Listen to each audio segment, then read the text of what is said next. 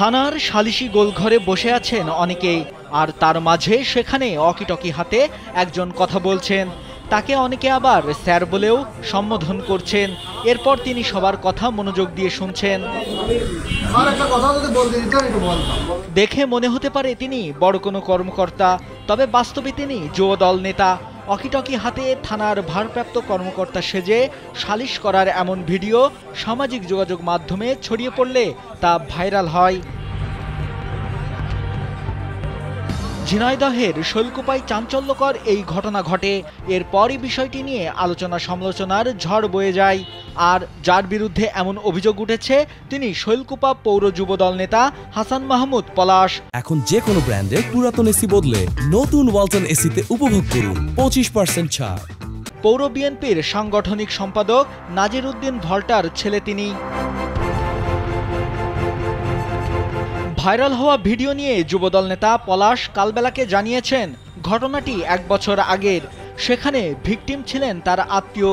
দীর্ঘ সময় নিয়ে চলা সালিশের কোনো এক ফাঁকে ভুলবশত টেবিলের সামনে থাকা ওয়াকিটকি নেড়েচেড়ে দেখেন তিনি।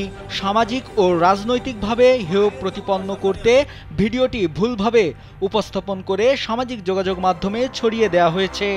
একটা সালিশ মিনিমাম 2 থেকে 4 ঘন্টা 5 ঘন্টা চলে।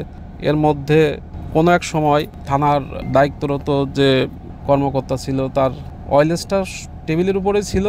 কথায় কথায় অমনোযোগী হয়ে হাতে নিয়ে দেখতে থাকে। এর মধ্যেই ওয়্যারলেসটা হাতে নিয়েই পাশের জনের সাথে কথা বলি।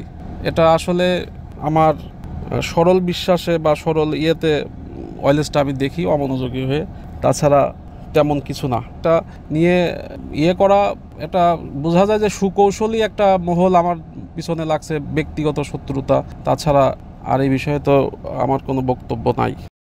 এদিকে ভাইরাল হওয়া ভিডিও নিয়ে শৈলকুপা থানার ভারপ্রাপ্ত কর্মকর্তা মাসুম খান জানান ঘটনাটি 1 বছর আগের।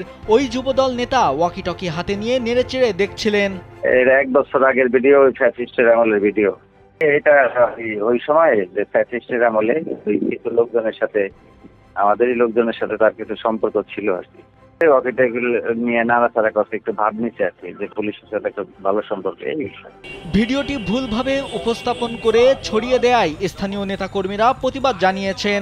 আর এর সঙ্গে যারা জড়িত তাদের দ্রুত গ্রেপ্তার করার আহ্বান জানান তারা। নাইমুল হাসিব, কালবেলা।